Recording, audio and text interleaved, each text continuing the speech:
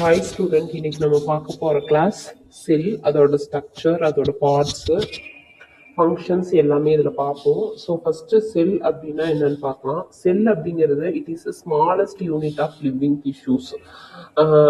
நம்ம லைஃபுக்கு ஒரு பேசிக் யூனிட்டாக இருக்கிறது செல் தான். இந்த செல் அப்படின்னு எடுத்துட்டோம்னா சில கேரக்டர் இருக்கு. செல் அப்படிங்கிறது பார்த்தோம்னா பாடியில் இருக்க ஆர்கானிசம்க்கு ஒரு ஸ்ட்ரக்சரையும் ஷேப் சப்போர்ட் இதையெல்லாம் கொடுக்கறது வந்து செல்லு. அதே செல் எடுத்துட்டோம் அப்படின்னா இன்டீரியரா வந்து தனித்தனியா அதாவது தனித்தனியா பாகங்களாக பிரிஞ்சு செப்பரேட் மெம்பரைனா அது இருக்கு.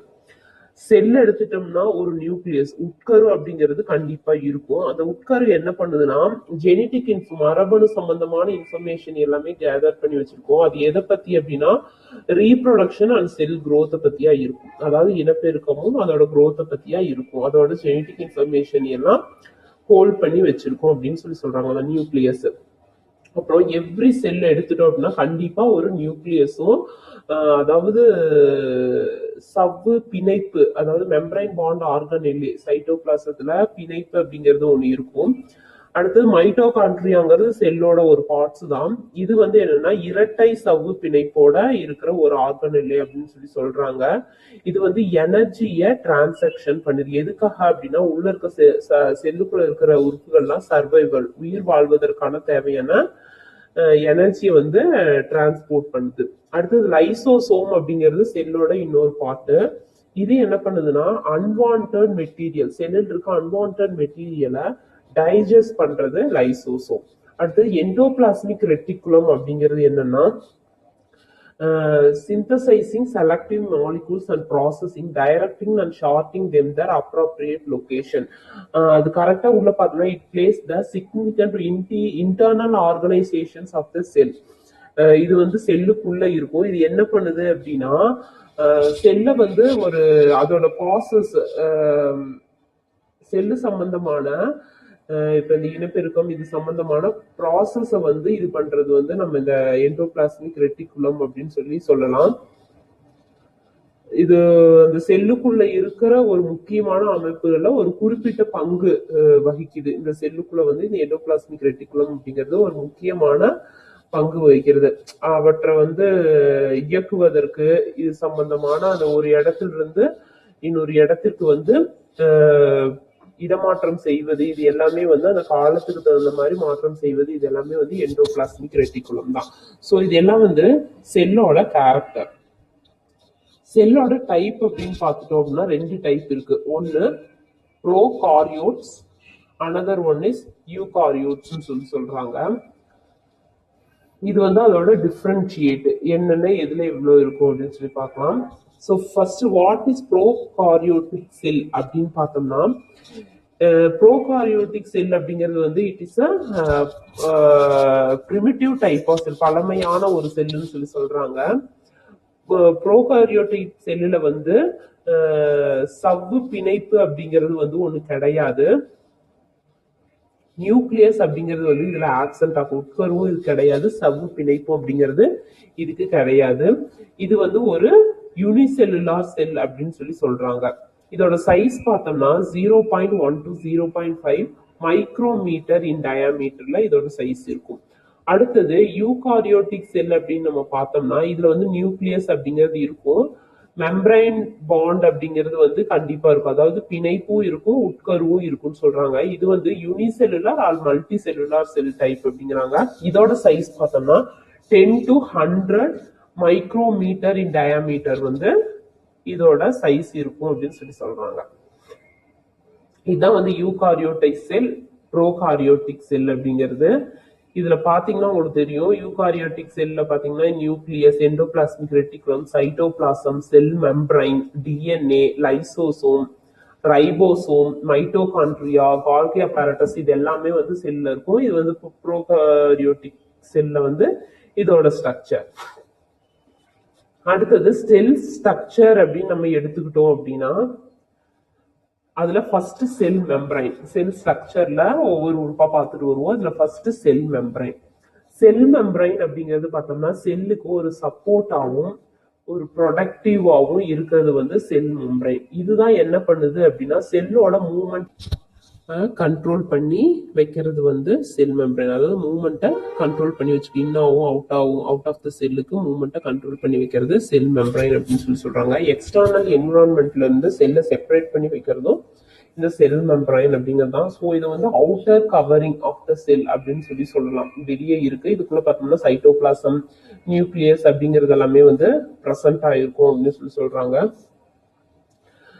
இந்த செல் மெம்பரைன் அப்படின்னு சொல்லி எடுத்துட்டோம்னா மெம்பரைன் ஆல்சோ ப்ரொடக்ட் செல் வந்து டேமேஜ் ஆகாமையும் லீக்கேஜ் ஆகாமையும் இருக்கிறதுக்காக இந்த செல் மெம்பரைன் அப்படிங்கிறது வந்து இருக்கு. It form a ball like structure between two cells. ரெண்டு செல்லுக்கும் இடையில ஒரு பால் மாதிரி ஒரு ஸ்ட்ரக்சர்ல இருக்கிறது வந்து செல் மெம்பரைன் அப்படிங்கிறது.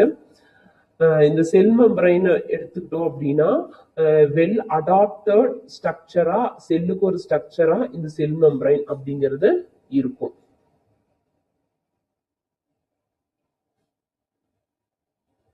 நெக்ஸ்ட் பார்த்தோம் அப்படின்னா செல் வால்.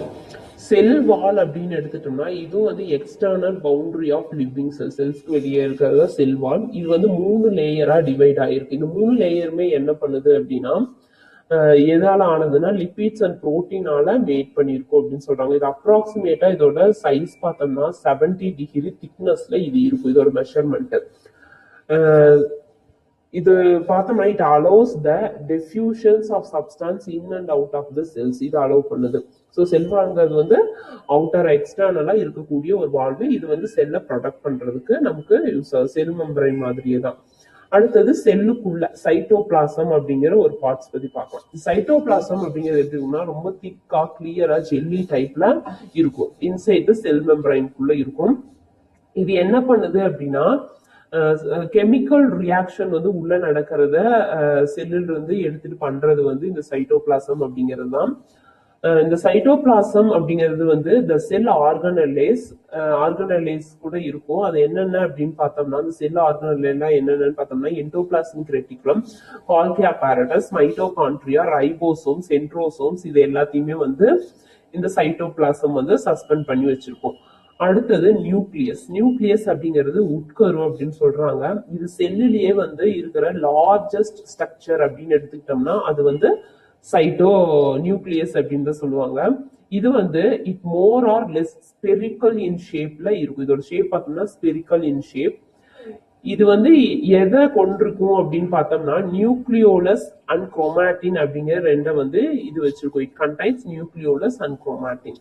நியூக்ளியோலஸ் அப்படின்னு நம்ம பார்த்தோம்னா இந்த சைட் ஆஃப் த ரைபோசோமல் ஆர்என்ஏவை நியூக்ளியஸ் வச்சிருக்கோம். அது ஆர்என்ஏ அப்படின்னா என்ன அப்படின்னு பார்த்தோம்னா ரைபோ நியூக்ளிக் ஆசிட் அப்படின்னு சொல்லுவாங்க. குரோமாட்டின் அப்படின்னு பார்த்தோம்னா ஆர் கம்போஸ்ட் ஆஃப் த டிஎன்ஏவே இது கம்போஸ் பண்ணியிருக்கோம். டிஎன்ஏ அப்படின்னா என்னன்னா deoxy ribo nucleic acid. Chromatin வந்து டிஎன்ஏவையும் பிளஸ் புரோட்டீன் அப்படிங்கறதையும் வந்து வச்சிருக்கோம். ஸோ இந்த ஆர்என்ஏ டிஎன்ஏ அப்படிங்கிறது வந்து 1 மார்க்ல உங்களுக்கு அடிக்கடி கேட்பாங்க. இந்த குரோமாட்டின் அப்படின்னு பார்த்தோம்னா அடுத்தது அது ஃபர்தரா செல் டிவிஷன்ல என்ன ஆகும் அப்படின்னா குரோமோசோம்ஸ் அப்படின்னு சொல்றாங்க. இது வந்து குரோமோசோம் அப்படிங்கிறது நமக்கு எத்தனை பேர் இருக்கும்னா 23 பேர்ஸ். அதாவது ஒரு பேருக்கு 2 அப்படின்னா எத்தனை குரோமோசோம்ஸ் 46 குரோமோசோம்ஸ் சொல்லுவாங்க. இது எல்லாமே அதுல இருக்கும். XY இந்த குரோமோசோம்ல நீங்க கேள்விப்பட்டிருப்பீங்க, ஸ்கூல்ல படிச்சிருப்பீங்க. ஸோ இந்த குரோமோசோம்ஸ் வந்து 23 பேர்ஸ் ஆஃப் குரோமோசோம்ஸ் வந்து இதுல பிரசன்ட் ஆயிருக்கும். அடுத்தது நியூக்ளியஸ் தொடர்ந்து மைக்ரோசோம்ஸ் அப்படின்னு எடுத்துட்டோம்னா heterogeneous set of vesicles 20 to 200 nanometre டயாமீட்டர்ல வந்து இது ஃபார்ம் ஆயிருக்கும் அப்படின்னு சொல்றாங்க. These vesicles are isolated by differential centrifugations and are composed of 3 structural features. இந்த வெசிக்கிள்ஸ் என்ன ஆகுது அப்படின்னா மற்ற இதுல இருந்து தனியா இருக்கும். இதோட ஸ்ட்ரக்சர் வந்து 3 ஸ்ட்ரக்சரால ஆனது, 3 ஸ்ட்ரக்சரால ஆனது. ஃபர்ஸ்ட் வந்து ரஃப் வெசிக்கிள், ரெண்டாவது ஸ்மூத் வெசிக்கிள், அடுத்தது ரைபோசோம்ஸ் சொல்லுவாங்க. ரஃப் பார்ட் ஸ்மூத்தா இருக்கும், ரைபோசோம்ஸ் சொல்லுவாங்க. மைக்ரோசோம்ஸ் அப்படிங்கிறது வந்து இந்த 3 ஸ்ட்ரக்சரல் லேயரை வச்சுதான் நமக்கு உருவாகுது. அடுத்தது செல் ஆர்கனலே. நான் ஃபர்ஸ்டே சொல்லியிருந்தேன் செல் ஆர்கனலேல என்னென்னலாம் வரும்னு. நியூக்ளியஸ், நியூக்ளியர் மெம்பரைன், குரோமோசோம்ஸ், இது மாதிரி எல்லாம் நிறைய இருக்கும். ஃபர்ஸ்ட் நியூக்ளியஸ் அப்படிங்கறத பத்தி நம்ம ஆல்ரெடி பார்த்தோம். இது செல்லோட உட்கருவா இருக்கும். இது லார்ஜ் ஸ்ட்ரக்சரா இருக்கும். செல்லாவும் இந்த நியூக்ளியஸ் அப்படிங்கிறது இருக்கு. அடுத்தது நியூக்ளியர் மெம்பரைன் அப்படின்னு எடுத்துக்கிட்டா நியூக்ளியஸை ப்ரொடக்ட் பண்ற ஒரு ஃபார்மிங் இந்த நியூக்ளியர் மெம்பரைன் இருக்கு. It's boundary between nucleus and cell ஆர்கனலுக்கு இடைப்பட்ட பகுதியில நியூக்ளியர் மெம்பரைன் அப்படிங்கிறது இருக்கு. குரோமோசோம் அப்படின்னு நம்ம பார்த்தோம்னா இது it play the crucial role in determine the sex of an individual. Chromosomes already நான் சொல்லியிருக்கேன். ஹியூமனுக்கு வந்து 46 குரோமோசோம் இருக்கும். அது என்ன பண்ணுது அப்படின்னா செக்ஸ் ஆஃப் த இண்டிவிஜுவல் ரீப்ரொடக்ஷனுக்கு வந்து முக்கிய பங்கு வகிக்குது. அடுத்தது என்டோபிளாஸ்மிக் ரெட்டிகுலம் அப்படின்னு எடுத்துட்டோம்னா இது வந்து டிரான்ஸ்போர்ட் அப்படிங்கிற ஒரு ஆக்ஷனை பண்ணுது. செல்லுக்கு வெளியே வந்து டிரான்ஸ்போர்ட் அப்படிங்கிற ஆக்ஷன் பண்ணுது. கால்கி அப்பாரட்டஸ் அப்படின்னு எடுத்துக்கிட்டோம்னா இது வந்து என்ன சொல்றாங்க அப்படின்னா இது வந்து ஒரு போஸ்ட் ஆபீஸ் அப்படின்னு சொல்றாங்க. இது என்னன்னா போஸ்ட் ஆபீஸ் மீனிங் பார்த்தோம்னா இதுதான் வந்து செல்லுக்குள்ள நடக்கிற டிரான்ஸ்போர்டேஷன் எல்லாத்தையுமே வந்து இதுதான் பார்த்துக்குது. அடுத்தது ரைபோசோம் அப்படின்னு எடுத்துக்கிட்டோம்னா இது வந்து புரோட்டீன் சிந்தசிஸ் ஆஃப் செல் அப்படின்னு சொல்றாங்க. நெக்ஸ்ட் பார்த்தோம்னா அடுத்தது ரைபோசோமை கன்டினியூ பண்ணி வர்றது பார்த்தோம்னா மைட்டோகாண்ட்ரியா. மைட்டோகாண்ட்ரியா அப்படின்னு எடுத்துட்டோம்னா இது வந்து பவர் ஹவுஸ் ஆஃப் த செல்னு சொல்றாங்க. அதாவது எனர்ஜியை வந்து டிரான்ஸ்போர்ட் பண்ணுது. அதாவது ஏடிபின்னு சொல்லுவாங்க. எனர்ஜியை வந்து டிரான்ஸ்போர்ட் பண்ணுது செல்லுக்குள்ள. அடுத்தது லைசோசோம்ஸ் அப்படின்னு எடுத்துக்கிட்டோம்னா செல்லுக்குள்ள எந்த ஒரு ஃபாரின் பாடியும் என்ட்ராகாம ப்ரொடக்ட் பண்றது வந்து லைசோசோம்ஸ் தான். அதுவே கீழே கொடுத்துருக்காங்க. இன்னொரு பாயிண்ட் பார்த்தோம்னா bacterial and break down the bacteria. அதாவது பாக்டீரியாங்கிறது என்னது ஃபாரின் பாடிஸ் அதெல்லாம் உள்ள என்ட்ராகாம செல்லை சுத்தி ஒரு சரௌண்டிங்கா இருக்கிறது லைசோசோம்ஸ். அடுத்தது சென்ட்ரோசோம்ஸ் அப்படின்னு நம்ம பார்த்தோம்னா இது வந்து ஸ்மாலஸ்ட் ஷேப் ராட் ஷேப்ல இருக்கும். நியூக்ளியஸ்க்கு பக்கத்துல இருக்கும். இது அதோட முக்கியமான ரோல் என்ன அப்படின்னு பார்த்தோம்னா செல் டிவைட் ஆகும்போது இந்த சென்ட்ரோசோம் அப்படிங்கிறது வந்து முக்கிய பங்கு வகிக்குது அப்படின்னு சொல்லலாம். அடுத்தது செல்லோட ஃபங்க்ஷன்ஸ். செல் என்னென்ன செயல்களை பண்ணுது அப்படின்னா நான் ஃபர்ஸ்டே சொன்ன மாதிரி செல் வந்து it's provide support and structure. Cell வந்து என்ன பண்ணுது நம்ம ஆர்கானிசம்க்கு வந்து ஒரு சப்போர்ட்டையும் அண்ட் ஸ்ட்ரக்சரையும் கொடுக்குது. அடுத்தது growth of mitosis. Mitosis meiosis அப்படிங்கிறது அடுத்த கிளாஸ்ல நீங்க பாப்பீங்க. இதெல்லாம் வந்து செல் டிவிஷன். டாட்டர் செல் இதெல்லாம் பேரண்ட் செல் இருந்து டிவைட் ஆகி டாட்டர் செல் எல்லாம் உருவாக்குறதுதான் வந்து இந்த குரோத்தை வந்து உருவாக்குது இந்த செல் அப்படிங்கிறது. அடுத்தது பார்த்தோம்னா to allow substance transport substance transportation allow பண்ணுது. அதாவது நியூட்ரியன்ட் இதையெல்லாம் வந்து செல்லுக்குள்ள எடுத்துக்கொண்டு போய் சேர்க்கறது, கெமிக்கல் ரியாக்ஷன் இதையெல்லாம் வந்து பண்றது, இது எல்லாமே வந்து செல் பண்ணுது. அடுத்தது எனர்ஜியை ப்ரொடக்ட் பண்ணுது. எனர்ஜியை வந்து உருவாக்கி செல்லுக்கு தேவையான ஆற்றலை வந்து எல்லாமே கொடுக்குது. செல்லுக்குள்ள இருக்கிற பார்ட்ஸுக்கு நம்ம பாடிக்கு எல்லாத்துக்குமே. அடுத்தது ரீப்ரொடக்ஷன் அப்படிங்கிற ஒரு முக்கியமான ரோலை பண்ணுது. அதுதான் மைட்டாசிஸ் மியாசிஸ் அப்படின்னு சொல்லுவாங்க. பேரண்ட் செல்லு டாட்டர் செல் அப்படின்னு சொல்லுவாங்க. அதாவது அம்மா அப்பா கிட்ட இருந்து குழந்தைகள் உருவாகிற மாதிரி அந்த ப்ராசஸ வந்து பண்றது செல் தான். ஸோ ஃபர்ஸ்ட் வந்து சப்போர்ட் ஸ்ட்ரக்சர் growthக்கு ஹெல்ப் பண்ணுது. அடுத்தது டிரான்ஸ்போர்டேஷன் கெமிக்கல் ரியாக்ஷன் எல்லாத்தையும்.